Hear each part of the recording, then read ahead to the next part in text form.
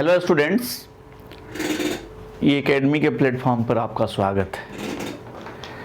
हम लोग आरओ लेखपाल बैच यूपीएसआई को ध्यान में रखते हुए जो मैराथन क्लास शुरू किया है उसका आज दूसरा दिन है। आपको पता है कल नेट के इशू की वजह से हम लोग कई क्लास में लाइव नहीं आ सके। आज उम्मीद है कि सभी क्लास लाइव होगी और आप बहुत ही तत्परता के साथ इस क्लास को करें, टीचर से जुड़ें। यहाँ बहुत ही अनुभवी टीम है। एसएल सर पॉलिटी के लिए हर एग्ज़ाम के क्वेश्चंस इस हिसाब से आते हैं कि उनके क्लास नोट से बाहर नहीं जाते, क्लास लेक्चर से बाहर नहीं जाते। वही बात अनुराग सर की है, वही बात अमन सर की है। यहाँ दिलीप सर हैं, रजत सर हैं, खुद रवि सर हैं। तो इस तरीके से आप ज़्यादा से ज़्यादा इस अनुभवी टीम का फ़ायदा उठाइए। मैं आपके सामने हूँ, मैं आपको हिस्ट्री डील कर रहा हूँ। तो जो भी टीचर हैं उनके साथ ज़्यादा से ज़्यादा जुड़िए, उनके साथ इंटरेक्ट करिए, उनके जो भी उनके क्लास से डाउट है देन एंड देयर क्लियर करने की कोशिश करिए। ये तब संभव है जब बहुत ही सिंसियरिटी के साथ आप उनसे जुड़े रहेंगे और आप हर क्लास को बहुत ध्यानपूर्वक सुनेंगे, पढ़ेंगे और साथ साथ जो भी आपकी समस्याएं रहे वो देन एंड देयर टीचर के साथ इंटरेक्ट करिए और उसी समय आपका समस्या का समाधान किया जाएगा। डेफिनेटली आप पूरी तरह से सिलेबस के साथ जुड़े रहें, अपने करियर के प्रति डेडिकेट हो जाएं और निश्चित रूप से आप सफल होंगे। सफलता का एक ही मूल मंत्र है, एक रणनीतिक प्रिपरेशन, एक स्ट्रेटजिक प्रिपरेशन आप करते हैं, अनुभवी टीम के साथ जुड़कर रहते हैं और उनके साथ उनके बताए हुए रास्ते पर चलते हुए और बेहतर तरीके से सिलेबस को अगर कवर करते हैं तो डेफिनेटली आपको सफलता मिलेगी। याद रखिएगा, सफलता का कोई शॉर्टकट नहीं है। और आज के हालात में जहां नौकरियां सिमटती जा रही है और एस्पिरेंट्स बढ़ते जा रहे हैं, जिनको नौकरी चाहिए, जॉब चाहिए, उनकी संख्या में लगातार इजाफा हो रहा है। ऐसे में बिना किसी सटीक रणनीति के, बिना नियमित अध्ययन के और बिना किसी अनुभवी टीम के कठिनाई ज़्यादा होगी।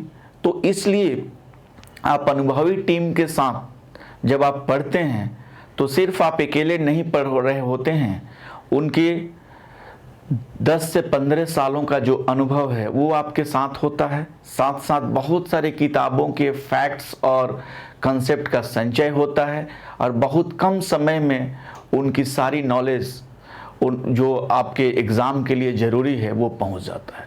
तो मुझे उम्मीद है कि ये बातें आपको समझ आ रही होगी और आप एक प्रतिबद्ध, कमिटेड होकर प्रिपरेशन करिए, पूरी तरह से सफलता के लिए समर्पित हो जाइए और निश्चित रूप से आप सफल होइए।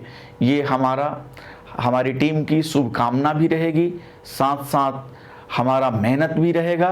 और लेकिन मेहनत को अंतिम रूप आपको देना है। याद रखिएगा, जब भी आप कोचिंग क्लास करते हैं तो ये टू वे प्रोसेस है। टीचर के पढ़ाए हुए जो भी कंटेंट है, जो भी कंसेप्ट है, सिलेबस है, तभी ज़्यादा फ़ायदा होगा जब आप उनके बताए हुए रास्ते पर सही तरीके से चलेंगे और आप प्रतिबद्ध होकर पूरी तरह से syllabus, previous year questions, test series, इन सारे चीज़ों को करते चलेंगे, डाउट्स क्लियर करते चलेंगे तो डेफिनेटली आपको सफलता मिलेगी। सफलता का यही तरीका है, दूसरा कोई तरीका नहीं है। अब आइए हम लोग बात करें, आज जो हम लोग शुरुआत करने वाले हैं वो एक नया टॉपिक मॉडर्न इंडिया के तहत शुरू करेंगे। वो तो सबसे पहले तो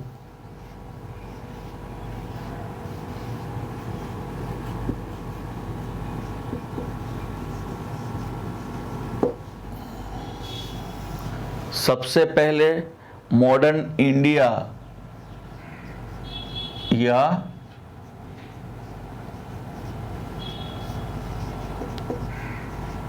आधुनिक भारत, ये सेक्शन हम लोग पढ़ रहे हैं।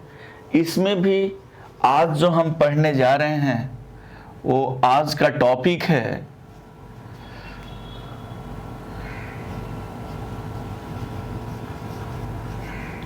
इंडिया इन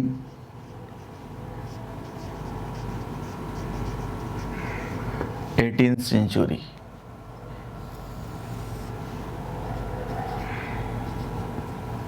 अठारहवीं सदी।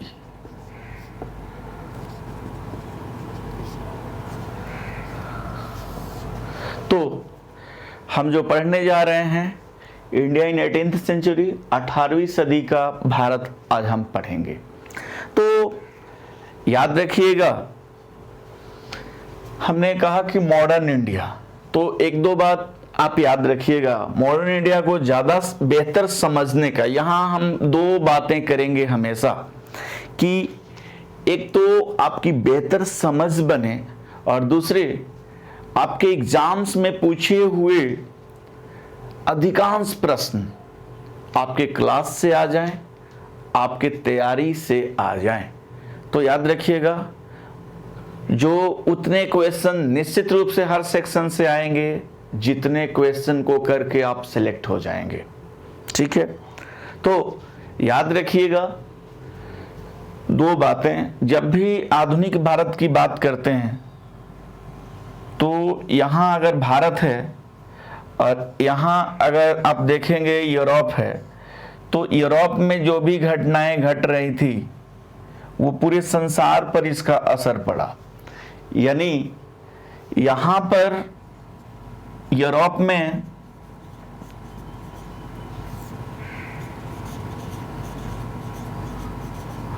मॉडर्निज्म पहले आया। यूरोप में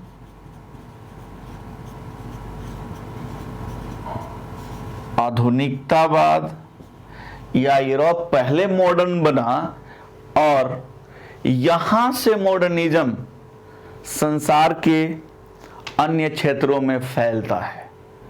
चाहे आप देखेंगे, चाहे यूएसए में जाता है, चाहे साउथ अमेरिका में जाता है, नॉर्थ अमेरिका में जाता है, अफ्रीका में आता है, एशिया में आता है, ऑस्ट्रेलिया में आता है। ये मॉडर्निज्म के जो वाहक हैं वो यूरोप है। तो यूरोप में मॉडर्निज्म की शुरुआत हुई, तो और वो फैलता है संसार के अन्य हिस्सों में। तो आइए सबसे पहले दो बातें जान लें कि आखिर व्हाट इज मॉडर्निज्म, यानी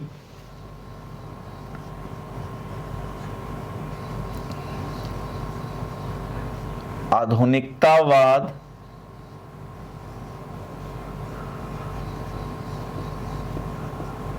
क्या है और who is modern।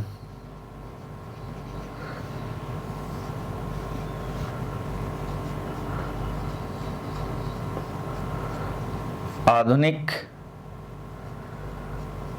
कौन है, या आधुनिक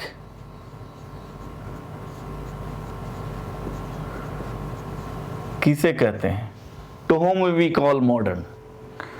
याद रखिएगा,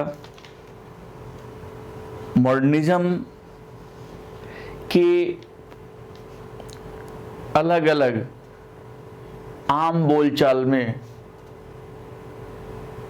परिभाषा दी जाती है। अलग अलग तरीके से लोग समझने की कोशिश करते हैं कि आखिर मॉडर्निज्म, कोई व्यक्ति कहता है, आम बोलचाल में आप कहते हैं, किसी अपने फ्रेंड को कहते हैं कि आप बहुत मॉडर्न दिख रहे हो, आप बहुत मॉडर्न दिख रहे हो। मीन्स किस आधार पर आप कहते हैं? उसके पहनावे के आधार पर कह देते हैं, या उसके द्वारा यूज किए जाने वाले टेक्नोलॉजी के बेसिस पर कह देते हैं। लैपटॉप, गैजेट्स, बहुत ही मल्टी फंक्शनल फ़ोन, ऐसा स्मार्टफोन जो अनेक तरह के फंक्शन रखता है, तो क्या मॉडर्निज्म का ये डेफिनेशन है? या दूसरी बात हम लोग कहें कि आप में और गांधी में कौन ज़्यादा मॉडर्न था? गांधी ज़्यादा मॉडर्न थे कि आप ज़्यादा मॉडर्न हैं? निश्चित रूप से बहुत सारे लोग कहेंगे कि नहीं, गांधी ज़्यादा मॉडर्न थे, हम कम मॉडर्न हैं। बेसिकली मॉडर्निज्म का क्या अर्थ है? बेसिकली मॉडर्निज्म का संबंध व्यक्ति कि सिर्फ पहनावे से संबंध नहीं रखता है। जो सबसे बड़ा संबंध है मॉडर्निज्म का, इट इज रिलेटेड टू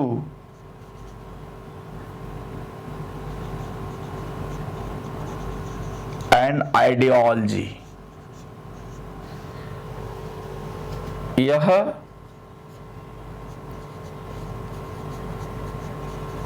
विचारधारा से संबंधित है।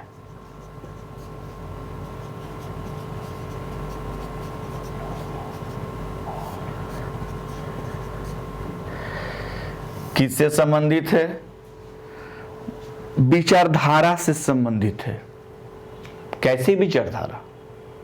तो याद रखिएगा, मॉडर्निज्म को समझने के लिए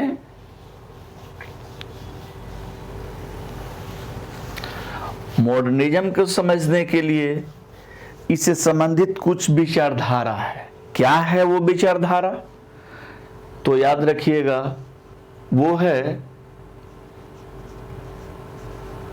मानवतावाद, वो है ह्यूमनिज्म, वो है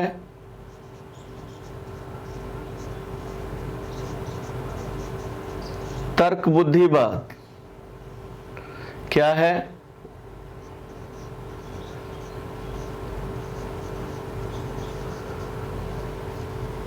रैशनलिज्म, वो है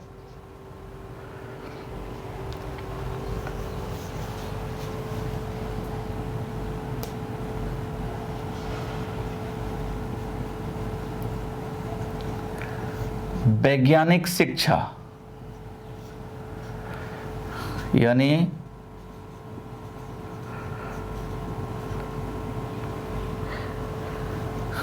साइंटिफिक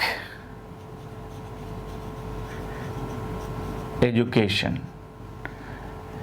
इसके अलावा इसका संबंध कुछ हद तक कहा जाता है कि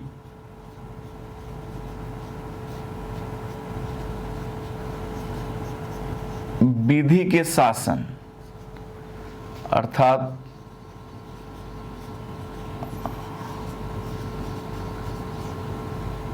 रूल ऑफ लॉ। ये कुछ मुख्य स्तंभ हैं विचारधारा के, जिसके आधार पर मॉडर्निज्म को समझने की कोशिश की गई है। क्या होता है मानववाद, मानवतावाद, ह्यूमनिज्म? यानी मानवतावाद कहता है कि इस पृथ्वी पर प्रकृति में सबसे सबसे ज़्यादा महत्वपूर्ण प्राणी मनुष्य है। क्यों मनुष्य है? क्योंकि उसके पास विवेक है। अर्थात कहने का मतलब है कि प्रकृति ने हर मनुष्य को बराबर शक्ति दी है, उसके पास सबको बराबर मस्तिष्क दिया है। अंतर सिर्फ उसके इस्तेमाल करने के तरीके में है। ठीक है, इस्तेमाल करने के तरीके में अंतर है। मीन्स हर मनुष्य को इक्वल पावर नेचर ने दिया है, वो धीरे धीरे जो है उसके इस्तेमाल करने के आधार पर फिर उसमें फर्क हो जाता है। तो ये एक मानव की गरिमा की बात करता है ह्यूमनिज्म, कि all the human being should be respected due to becoming a human. Due to being a human, all the human beings should be respected irrespective of caste, creed, religion, wealth, power, prestige, post, etc. हर मनुष्य को मनुष्य होने के नाते उसको सम्मान मिलना चाहिए, उसको रेस्पेक्ट मिलना चाहिए, न कि उसके जाति, धर्म, ओहदा, धन, पद, प्रतिष्ठा इसके आधार पर नहीं। अर्थात एक बहुत बड़ी बात है कि मनुष्य को किसी धन, जाति, वर्ग इस विशेषता के आधार पर रेस्पेक्ट न दे। यानी आप एग्जाम्पल ले सकते हैं, एक रिक्शा पुलर है, एक जिसको अमूमन आप एक निचले दृष्टि से देखने की आम धारणा है, लेकिन उसको भी उतना ही सम्मान दिया जाना चाहिए जितना किसी और मनुष्य को दिया जाना चाहिए। ये कहता है मानवतावाद। यानी ऐसे आप सुनते हैं, आप एग्जाम्पल के तौर पर भी देख सकते हैं कि एक अखबार का काम भी हमारे भारत के पूर्व राष्ट्रपति एपीजे अब्दुल कलाम करते थे, लेकिन वहाँ से दूरी तय करते हुए मिसाइल मैन ऑफ इंडिया बने और उसके बाद आप जानते हैं राष्ट्रपति पद तक की भी यात्रा की। इसी तरह से हमारे वर्तमान प्राइम मिनिस्टर हैं, जिनके बारे में कहा जाता है कि वो चाय बेचते थे और वहाँ से यात्रा तय करते हुए प्रधानमंत्री बने। तो बात बहुत ही स्पष्ट है कि प्रकृति ने सबको बराबर शक्ति दी है और उसका इस्तेमाल करते हुए अनेक असंख्य ऐसे उदाहरण हैं कि उच्च पद के टर्म में, काम के टर्म में ऊंचाइयों को छुआ है। इसलिए हर व्यक्ति को रेस्पेक्ट मिलना चाहिए, मानवतावाद कहता है। तो अगर कोई भी सिस्टम या कोई भी व्यक्ति हर व्यक्ति का रेस्पेक्ट करता हो, बिना जाति के, बिना धर्म के, बिना पद, बिना प्रतिष्ठा के, चाहे वो जो भी पेशा करता हो, चाहे वो निचला से निचला काम करता है, जो हमने यहाँ रैंकिंग कर ली है खुद में, तो इस स्थिति में आप देखिए, अगर ऐसा आप सोचते हैं, ऐसा अगर व्यवहार में है तो वास्तव में मॉडर्न है, और नहीं तो फिर आपको सोचना पड़ेगा, क्योंकि गांधी जी तो फर्क नहीं करते थे, तो इसलिए आज के लोगों से ज़्यादा मॉडर्न थे गांधी जी। ठीक है, वेस्टर्न सोसाइटी में देखिएगा, ये कहा नहीं जा सकता कि कोई भी सोसाइटी पूरी तरह से आदर्श है या एक व्यवहार को फॉलो करता है, लेकिन याद रखिएगा जो भी वेस्टर्न वर्ल्ड है वहाँ चाहे निचला व्यक्ति हो, चाहे छोटा से छोटा भी काम करता हो, उसको रेस्पेक्ट की कमी नहीं होती है, बराबर रेस्पेक्ट मिलते हैं। आप देख लीजिए अमेरिकन प्रेसिडेंट को, आप देखिएगा कि जब तक अमेरिका के प्रेसिडेंट है अच्छी बात है, अगर अपने बच्चों के स्कूल में जाते हैं तो उनकी हैसियत सिर्फ एक गार्जियन की होती है, एक पेरेंट की होती है, न कि प्रेसिडेंट की होती है। और उनको उसी क्यू में, उसी लाइन में खड़ा होकर अपने बारी की प्रतीक्षा करनी होती है जिस लाइन में आम लोग हैं। तो इसका मतलब है कि वहाँ वेस्टर्न वर्ल्ड में ज़्यादा ह्यूमनिज़म है। यही वजह है कि वेस्टर्न वर्ल्ड मॉडर्न से आगे पोस्ट मॉडर्न में चला गया है। अभी हम लोग मॉडर्न बन रहे हैं। बहुत सारे एरिया में, बहुत सारे क्षेत्र में अभी मॉडर्निज़म आया भी नहीं है और बहुत सारे क्षेत्र में मॉडर्निज़म आया है। तो याद रखिएगा कि एक स्तंभ मॉडर्निज़म का ये है। दूसरी बात तर्क बुद्धिवाद। तर्क बुद्धिवाद की बात आप लोग करते हैं, रैशनलिज्म। तर्क बुद्धिवाद क्या है? Right and wrong should be decided on the basis of logic. क्या अच्छा है, क्या बुरा है, इसका निर्धारण लॉजिक के आधार पर होना चाहिए, तर्क के आधार पर होना चाहिए। फॉर एग्जाम्पल, जैसे हम भारत का एग्जाम्पल लेते हैं। भारत में मॉडर्निज्म हमें पढ़ना है तो भारत का एग्जाम्पल हम लोग लेंगे ज़्यादा। आप बताइए कि आपके सारे निर्णय तर्कों के आधार पर होते हैं जिसका एक खास लॉजिक होता है? अगर ऐसा है तो आप मॉडर्न हैं, अगर ऐसा नहीं है तो अभी आप मॉडर्न नहीं हुए हैं। ऐसा थोड़ा कम है तो अभी मॉडर्न आप बन रहे हैं। ऐसा अगर सभी लोग करते हैं तो देश मॉडर्न हो गया है। वैसा अगर कुछ लोग करते हैं, कुछ लोग नहीं करते हैं, तो अभी मॉडर्न बनने के रास्ते पर आप चल रहे हैं।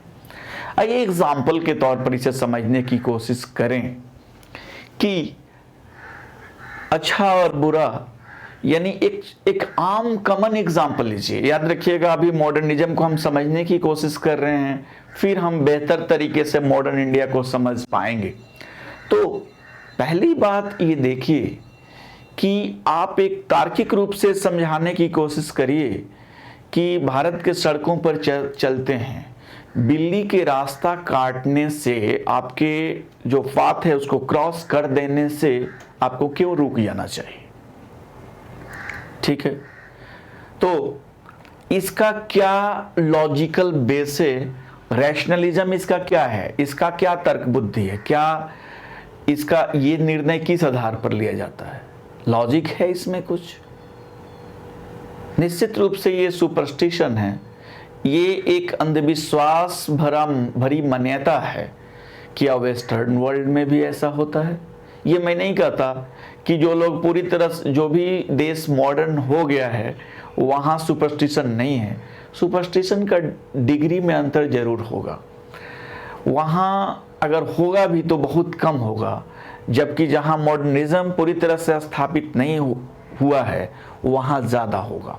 तो याद रखिएगा भारत जैसे देश में बिल्ली के रास्ता काटने से बहुत सारे लोग रुक जाते हैं, लेकिन रेड लाइट को, कहीं भी ट्रैफिक में जब जाते हैं तो ट्रैफिक के रेड लाइट को क्रॉस करने की मनसा कुछ ज़्यादा ही लोगों की होती है। तो इसका मतलब क्या है कि रेड लाइट पर हम बिल्ली को रख दें? तो ये बात समझने की कोशिश करिए कि बिल्ली का रास्ता काटने पर रुक जाना ये मॉडर्निज्म नहीं हो सकता। इसका तार्किक कसौटी नहीं है, ये अंधविश्वास है। तो जहां तर्क बुद्धिवाद होगा वहां अंधविश्वास घट जाएगा, और जहां तर्क बुद्धिवाद नहीं होगा वो अंधविश्वास ज्यादा होगा। मतलब साफ है कि जहां अंधविश्वास मॉडर्निज्म के रास्ते में एक बहुत बड़ी चुनौती है, आधुनिकतावाद के रास्ते में एक बहुत बड़ी चुनौती है। तो आप समझिए, इसी तरह से दूसरा एग्जाम्पल आप ले सकते हैं कि भारत के टीवी कार्यक्रम में रातों को धन लक्ष्मी यंत्र बेचे जाते हैं। आप बताइए कि धन लक्ष्मी यंत्र खरीदने से करोड़पति बनने का क्या ताल्लुकात है? क्या इसके पीछे रेशनल है? आप जानते हैं कि आप परिश्रम करेंगे, सही दिशा में मेहनत करेंगे तो निश्चित रूप से अपने आर्थिक उद्देश्यों की प्राप्ति कर पाएंगे। धन लक्ष्मी रख के सिर्फ अगरबत्ती घुमाने से कुछ नहीं होगा। वो एक विश्वास का हिस्सा हो सकता है, लेकिन धनी बनना है, एक सफल बिजनेसमैन बनना है, तो उसका तार्किक समझ ये है कि एक सफल व्यवसायी बनने के लिए जो जो गुण होने चाहिए वो आप में होना जरूरी है। जो जो काम करना चाहिए वो काम आपको करना पड़ेगा, वो परिश्रम करना पड़ेगा, तभी होगा। ये अपने फील्ड में भी देख सकते हैं कि ईश्वर के पास सिर्फ प्रार्थना करने से आप कैसे किसी नौकरी में सफल हो जाएंगे। उसके लिए जो जरूरी सिलेबस है उसको जब तक नहीं कवर करेंगे, जो जरूरी नॉलेज है, ज्ञान है, जब तक वो अर्जित नहीं करेंगे, एक निश्चित तरीके से प्रैक्टिस है, अभ्यास है, वो नहीं करेंगे और आप उस लेवल को अचीव नहीं करेंगे, तब तक सफलता नहीं मिलेगी। ठीक है, विश्वास जो है, फेथ है, उसको मॉडर्निज्म चुनौती नहीं देता है, लेकिन निश्चित रूप से अतार्किक बातों को चुनौती देता है। तो याद रखिएगा कि यही बात है मॉडर्निज्म में। तर्क बुद्धिवाद यानी right and wrong should be decided on the basis of logic. तीसरी सबसे बड़ी बात, वैज्ञानिक शिक्षा, साइंटिफिक एजुकेशन। साइंटिफिक एजुकेशन है क्या? बेसिकली साइंटिफिक एजुकेशन का मतलब यहाँ किसी विज्ञान से नहीं है, यहाँ तार्किक एजुकेशन से ताल्लुकात है। याद रखिएगा, प्राचीन काल में और मध्य काल में संसार भर में जो भी पढ़ाई लिखाई होती थी, जो भी शिक्षा दीक्षा होती थी, उसका विषय वस्तु क्या था? धर्म था। आप भारत का एग्जाम्पल ले लीजिए, सबसे बड़ा विद्वान वो माना जाता था जो वेद का सबसे ज्यादा ज्ञान रखता था। सबसे बड़ा विद्वान होता था संस्कृत भाषा में और वेद जानता था, उपनिषद जानता था, पुराण जानता था। ठीक है, संस्कृत की बहुत अच्छी समझ रखता था। मध्यकाल में देखिए, जो फारसी जानता था, पर्शियन जानता था, कुरान का ज्ञान ज्यादा रखता था। इसी तरीके से जो वेदों का ज्यादा ज्ञान रखता था।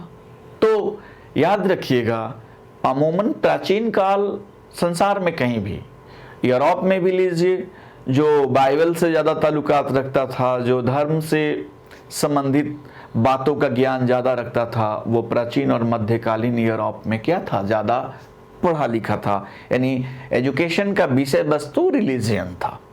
लेकिन वैज्ञानिक शिक्षा का मतलब है कि यहाँ यू टर्न कर गया कि education which is based on human for its subject matter, यानी अपने विषय वस्तु के लिए मनुष्य पर, मानव पर, ह्यूमन पर निर्भर करता हो।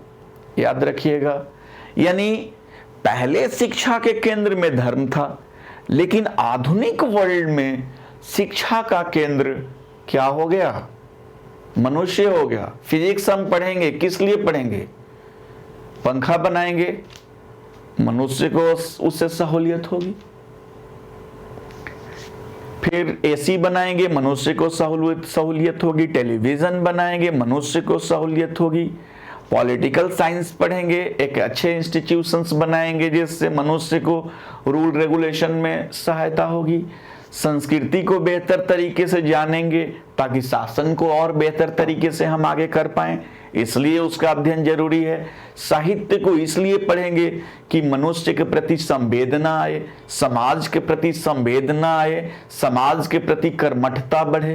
तो इस तरीके से याद रखिएगा कि विषय वस्तु सारे, चाहे इंजीनियरिंग, चाहे मेडिकल, चाहे जो कुछ भी पढ़ें, विषय वस्तु के केंद्र में मनुष्य आ गया।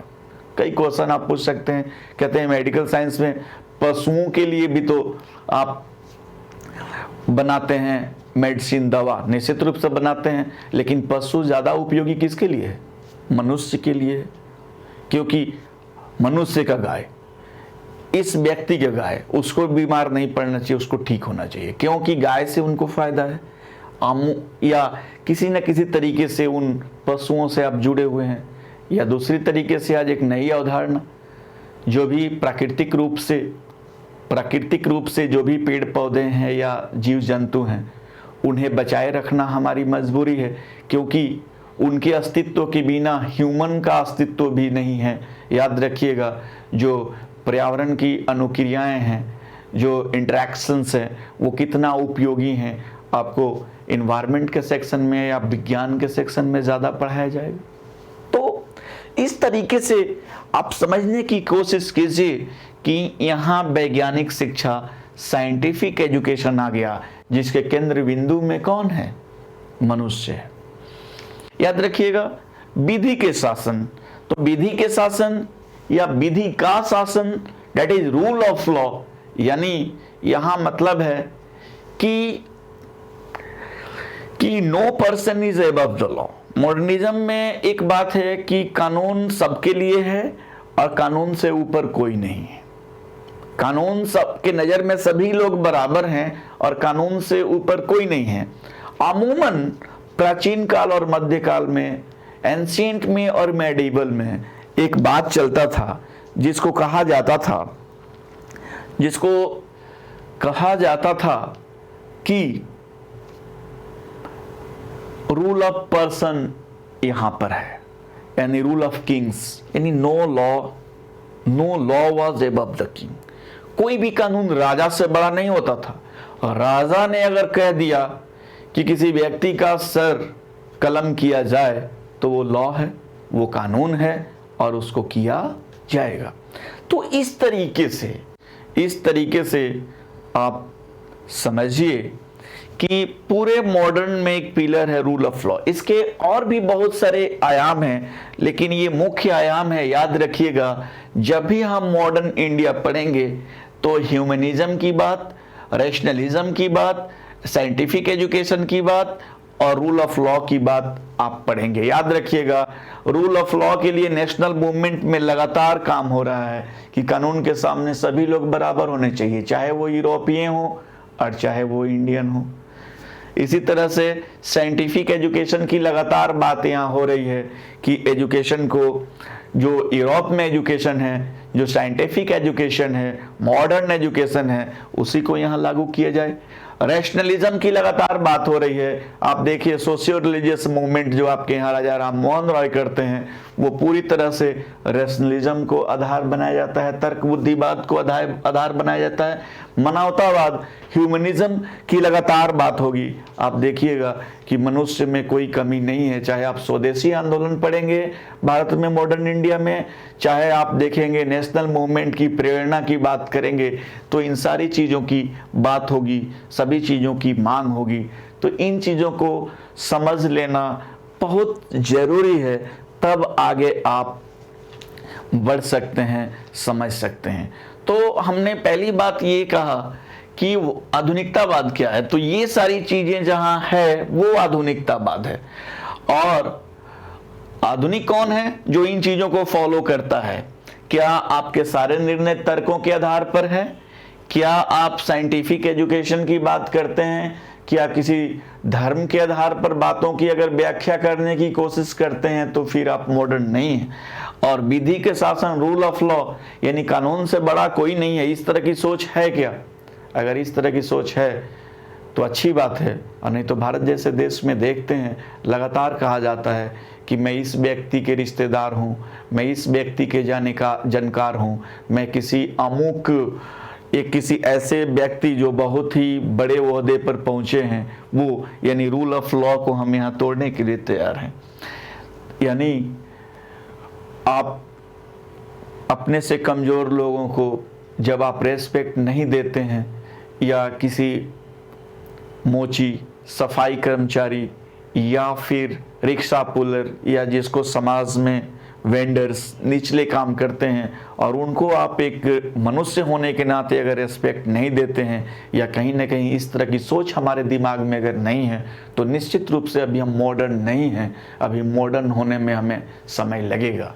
तो ये सारी चीज़ें अमूमन देखेंगे वेस्टर्न वर्ल्ड में ज़्यादा है, भारत में अभी ये चीज़ें है लेकिन सैद्धांतिक रूप से ज़्यादा है, व्यवहारिक रूप से अभी हम आगे बढ़ रहे हैं। तो ऐसी स्थिति में still we are on the path of modernism, आधुनिकतावाद के हम अभी रास्ते में हैं, आधुनिक हम अभी बनने के कगार पर हैं, अभी आधुनिक बनने में हमें समय लगेगा। तो एक तो ये बात है।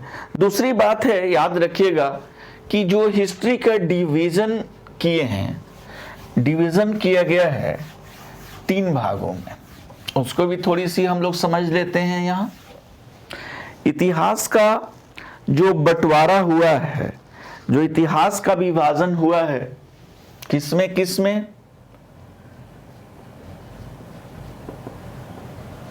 Ancient history, that is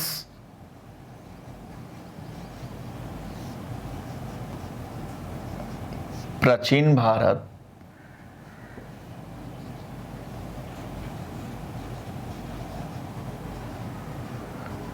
medieval history,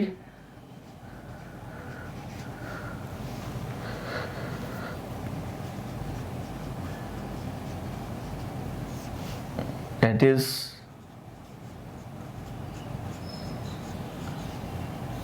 मध्यकालीन इतिहास, और तीसरी बात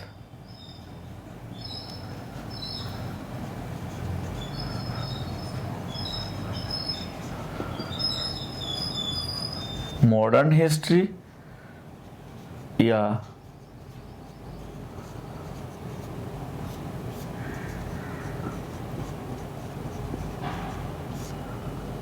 आधुनिक इतिहास। तो पहला क्वेश्चन ये है कि what are the basis of division of the history, इस इतिहास को बांटने का आधार क्या है? देखिए, हम लोग अभी जो चर्चा कर रहे हैं बहुत बेसिक चर्चा कर रहे हैं। आप याद रखिएगा, जब तक इतिहास की मूल बातों को आप नहीं समझेंगे तब तक न तो आपकी अभिरुचि अच्छी विकसित होगी इतिहास की तरफ, और न ही आप इतिहास में अच्छा स्कोर कर पाएंगे। याद रखिएगा, रुचि विकसित नहीं होगी, फैक्ट्स इतने ज़्यादा हैं जो आप याद नहीं कर पाएंगे, और फैक्ट्स पर बहुत सारे क्वेश्चन भी अब पूछने की प्रवृत्ति नहीं है, कोई भी एग्जाम हो, क्योंकि वही फैक्ट्स आपके एग्जाम में अब पूछे जाएंगे जो फैक्ट्स किसी कंसेप्ट को, किसी बड़े अवधारणा को समझने में कारगर हैं। तो ऐसी स्थिति में पहले इन चीज़ों को समझने की कोशिश करिए। हमारे साथ दिक्कत यह है कि स्कूल कॉलेज ने हमें इतिहास समझने नहीं दिया है, और प्रतियोगिता परीक्षाओं में आते हैं तो एक बहुत बड़ा एरिया जो होता है वो इतिहास और संस्कृति से पूछा जाता है।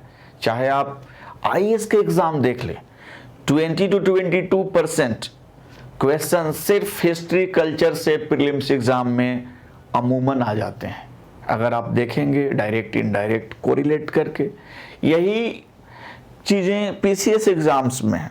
एक एग्ज़ाम है बिहार पीसीएस का, जहां 38 to 40 क्वेश्चंस आउट ऑफ 150, यानी याद रखिएगा 26-27 सम, यानी 30% से थोड़ा सा कम क्वेश्चन सिर्फ और सिर्फ अकेले इतिहास और संस्कृति से पूछ लिए जाते हैं। इसी तरीके से अधिकांश एग्ज़ाम जो जीएस बेस्ड होते हैं उसमें सबसे ज़्यादा क्वेश्चंस इतिहास के निसंदेह रहते हैं। क्यों रहते हैं? क्या ज़रूरत है इतिहास पूछे जाने की? इसकी चर्चा हम आगे भी करेंगे, क्योंकि अभी तक हमने आपसे बात ही नहीं की कि इतिहास कहते किसे हैं। तो याद रखिएगा, एक लाइन में हम लोग बात कर लेते हैं कि इतिहास बेसिकली हम अतीत का अध्ययन इतिहास में करते हैं। Study of past. लेकिन पास्ट में तो बहुत सारी चीजें हो गई हैं, किसका अध्ययन करें? सिर्फ एक लाइन कह देने से कि अतीत का अध्ययन है, नहीं काम चलेगा। अतीत में जो सामाजिक व्यवस्था थी पिछले दिनों, कभी किसी पीरियड में जो आर्थिक व्यवस्था थी, जो राजनीतिक व्यवस्था थी, जो सांस्कृतिक व्यवस्था थी, उसका अध्ययन करना है। लेकिन उसका आगे के समय में कुछ तुलना भी करना है और आज से भी तुलना करना है। मीन्स तब इसको कैसे कहेंगे कि history is a study of continuity and changes. इतिहास क्या है? निरंतरताओं और परिवर्तनों का अध्ययन है। लेकिन फिर यहाँ क्वेश्चन है कि किस तरह का निरंतरता और किस तरह का परिवर्तन? तो सामाजिक निरंतरता समझते हैं। समाज में आप देखते हैं ना कि किस तरह से बंटवारा है, वर्ण व्यवस्था, जातिवाद। भारत की बात करते हैं, एग्जाम्पल जब भी लेंगे तो ज़्यादातर हम एग्जाम्पल भारत का लेकर समझने की कोशिश करेंगे। तो आप देखेंगे समाज में वर्ण व्यवस्था और जाति व्यवस्था की शुरुआत हुई है। तो क्या ये कैसे एक जिस समय पहले शुरू हुई उसी रूप में आज भी है? क्या है? अगर फिर भी उसमें कुछ ना कुछ परिवर्तन हुआ है, तो आज तक जारी है, वो निरंतरता है। और जिसमें जो परिवर्तन आए हैं वो परिवर्तन है। तो आप देखेंगे कि किस तरह से एक एंशिएंट में आप देखेंगे कि वैदिक के बाद मौर्य पीरियड में उसका चरित्र क्या हुआ, क्या स्थिर रहा, क्या बदलाव हो गया समाज में। हर समाज, मध्यकाल में किस तरह के बदलाव हुए, ब्रिटिश काल में किस तरह से बदलाव हुए, आज किस तरह से बदलाव हो रहे हैं, और किस तरह से जातिवाद और वर्ण व्यवस्था आज भी कुछ रूप में है। तो इन्हें समझना होगा। तो यानी इतिहास का मतलब है, यहाँ इतिहास को जब आप कहेंगे तो history is a study of social, economic, political and cultural continuity and changes. इतिहास सामाजिक, आर्थिक, राजनीतिक तथा सांस्कृतिक निरंतरताओं और परिवर्तनों का अध्ययन है। तो ये बात तो इतिहास की हो गई। अब यहाँ हम पहला क्वेश्चन बात कर रहे थे कि basis of division of history. Basis of division of history. इतिहास के जो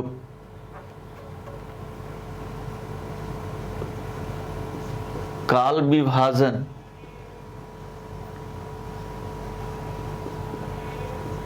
का आधार क्या है?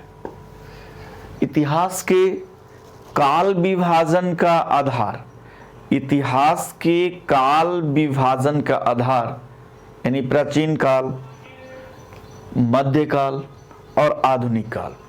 तो ये तीन भाग हमेशा याद रखिएगा। अगर मोटे तौर पर देखिएगा तो इस काल में कुछ बड़ी बड़ी विशेषताएं थी, समाज में, अर्थव्यवस्था में, राजनीति में और संस्कृति में। इस काल में कुछ व्यवस्थाओं में इससे ज्यादा परिवर्तन आया, और यानी समाज, राजनीति, अर्थव्यवस्था और संस्कृति में जो एक क्या कहते हैं बहुत ही दृश्य दिखाई देने वाला, विभाजन करने वाला परिवर्तन जो दिखाई देने लगता है, उसी के आधार पर इसका बंटवारा हुआ है। याद रखिएगा, एंशिएंट में मानववाद बिल्कुल न के बराबर था, तर्क बुद्धिवाद नहीं, अंधविश्वास का बोलबाला था, वैज्ञानिक शिक्षा नहीं। वहाँ सबसे ज़्यादा श्रेष्ठ वो था, जैसे भारत के एग्जाम्पल ले लीजिए, कोई बहुत ज़्यादा मंत्र का उच्चारण कर रहा है, वेद पढ़ रहा है, वो बहुत अच्छा विद्वान है, पढ़ा लिखा है, और विधि का शासन नहीं है, यहाँ रूल ऑफ किंग है, राजा का शासन है, इसीलिए ये प्राचीन है। लेकिन मेडिवल फेज तक आते आते कुछ और बड़ा बदलाव आ रहा है।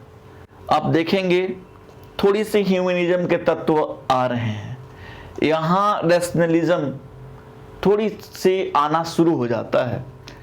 वैज्ञानिक शिक्षा में कई तरह कुछ टेक्नोलॉजी वगैरह आने लगते हैं, टेक्नोलॉजिकल चेंजेस देखने के लिए मिलता है। और विधि के शासन होते हुए भी बहुत सारे राजा कल्याण पर, विधि के शासन के अभाव के बावजूद भी बहुत सारे राजा वेलफेयर का काम करने लगते हैं। तो ऐसी स्थिति में ये बंटवारा तो ये मध्यकाल हो जाता है, लेकिन आधुनिक काल तक आते आते ये सारे चीज स्थापित हो जाती है। इसलिए इन विचारधाराओं के आधार पर, एक विशेषता के आधार पर क्या होता है, बंटवारा हो जाता है।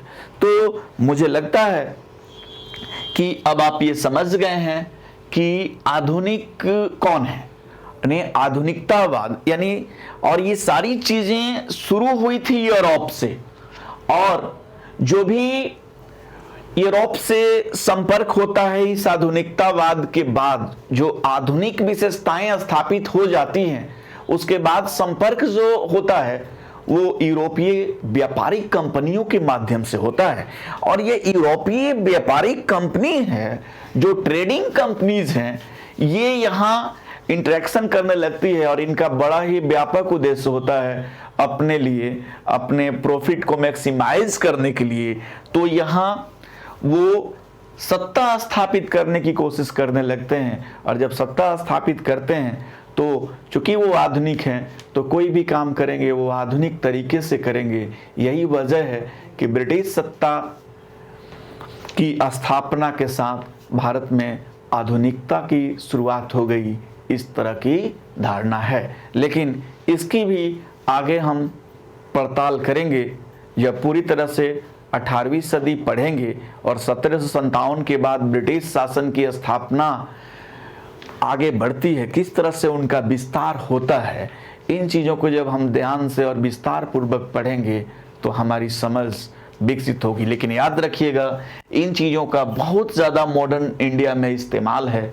यूरोप के बहुत सारे घटनाओं का मॉडर्न इंडिया में इस्तेमाल है, क्योंकि मॉडर्निज्म यूरोप में आया और बाकी के विश्व के हिस्से एक एक्सपेरिमेंट के जगह रहे। वही जो मॉडर्निज्म यूरोप में आया उसका थोड़ा थोड़ा किस्तों में अन्य जगहों पर एक्सपेरिमेंट हुआ। जहां जहां ये यूरोपीय शक्तियां शासन की, वो एक्सपेरिमेंट की। और याद रखिएगा, वो एक्सपेरिमेंट उतना आगे नहीं कभी भी बढ़ सका कि उनके सत्ता को ही चुनौती मिल जाए। तो अपने सत्ता को, अपने हित को बरकरार रखते हुए वो कोशिश करते थे, काम करते थे। तो इसकी पड़ताल हम अगले क्लास में करेंगे। आज के क्लास में इतना ही। धन्यवाद।